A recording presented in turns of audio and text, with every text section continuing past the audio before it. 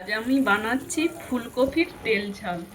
তাই তেল ঝালের মশলাটা কষে নিয়েছি। মশলা দিয়েছি আমি, তেল দিয়েছি, লঙ্কা হলুদ গুঁড়ো, এটা নিরামিষ রান্না করছি, জিরে বাটা, আদা বাটা আর একটু চিনি দিয়ে খুব সুন্দর করে মশলাটা কষিয়ে নিচ্ছি।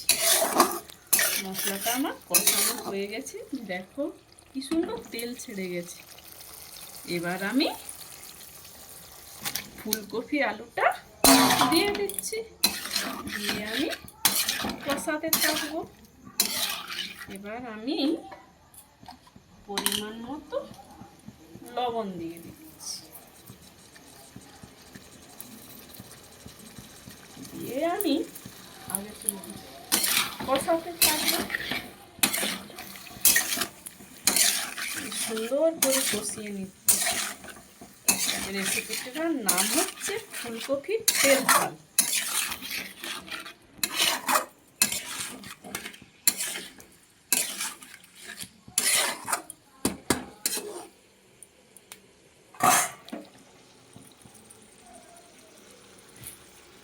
কষানো হয়ে গেছে, এবার জলটা দিয়ে দিলাম, একটু ফুটতে থাকবে।